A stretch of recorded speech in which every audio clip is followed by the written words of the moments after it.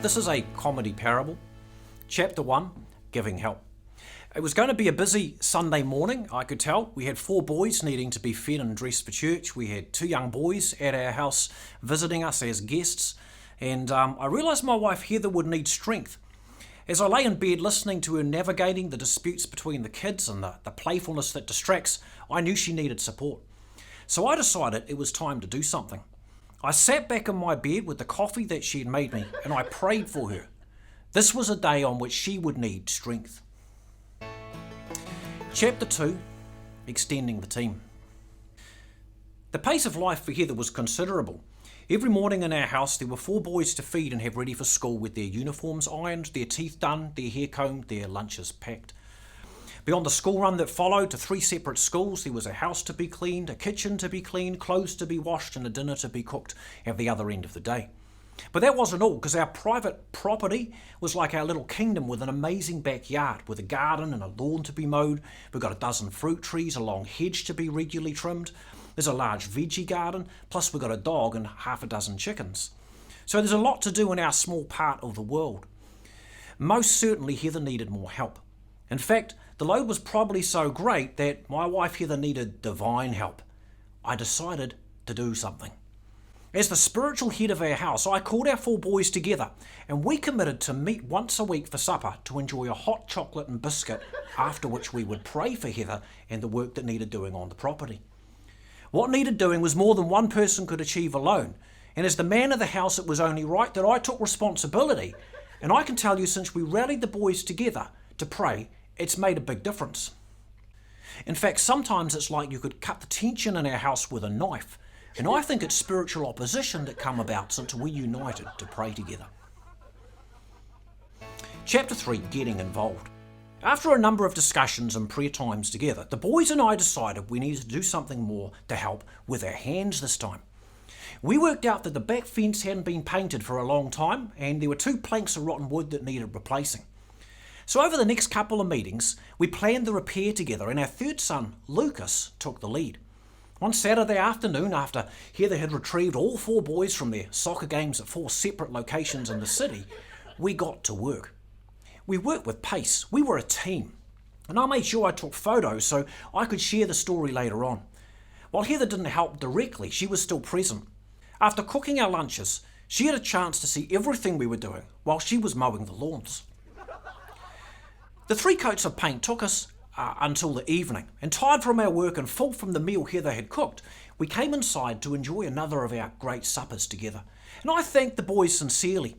Now Heather wasn't there because she was doing the dishes at the time, but the boys deserved the praise because we'd rallied together as a team and we were beginning to make a difference on the property. Chapter 4, Building Momentum. It's often said that success breeds success, and that's been true for us. A month later, we decided to try another effort for our home. Again on a Saturday, after Heather had the boys home from their various soccer games, the boys and I decided to prune the biggest 4 of our 12 fruit trees. Now, none of us had ever pruned a tree before, and it was on this occasion that we discovered we had a star performer. Lucas went the extra mile. Not only taking a turn with the pruning, noting we only had 1 set of loppers for the job, but also in putting the clippers into a pile next to the car, which made Heather's job of putting them in the trailer to take them to the dump easier. And I realised that beyond the amazing things we were achieving together, we were also developing future leaders. One day these boys would have wives of their own, and they were learning from my example. Chapter 5, Celebrating Your Successes. It was after the second amazing effort that I realised the boys needed our encouragement. So at one of our weekly meetings, I proposed a special dinner to celebrate our successes. Lucas rose to the occasion again to organise everyone and everything. Everyone participated and together we gave a decent number of hours across the weeks prior to prepare various decorations, treats, activities to enjoy together. In fact, we probably put more effort into our dinner than anything else we'd ever done on our property. Now, after eating, we invited Heather, who had cooked for us, to take a break from the dishes to join us because I had a small surprise. And I knew that she'd love it. After dinner, I'd prepared an award to thank the person I felt was making the biggest contribution to our family and our property by working around the place. And it was Lucas. The expression on Heather's face was priceless. He really is our little hero. Chapter 6, the importance of telling your story. One of the things I was careful to do in all our united family efforts was to take plenty of photos. And this is important because it's not just about us. What we do can also serve to inspire others.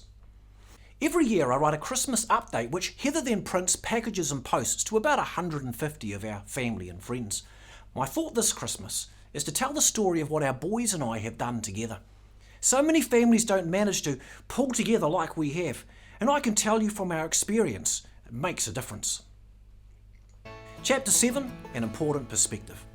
Sometimes the list of things that needs doing on a property can feel overwhelming.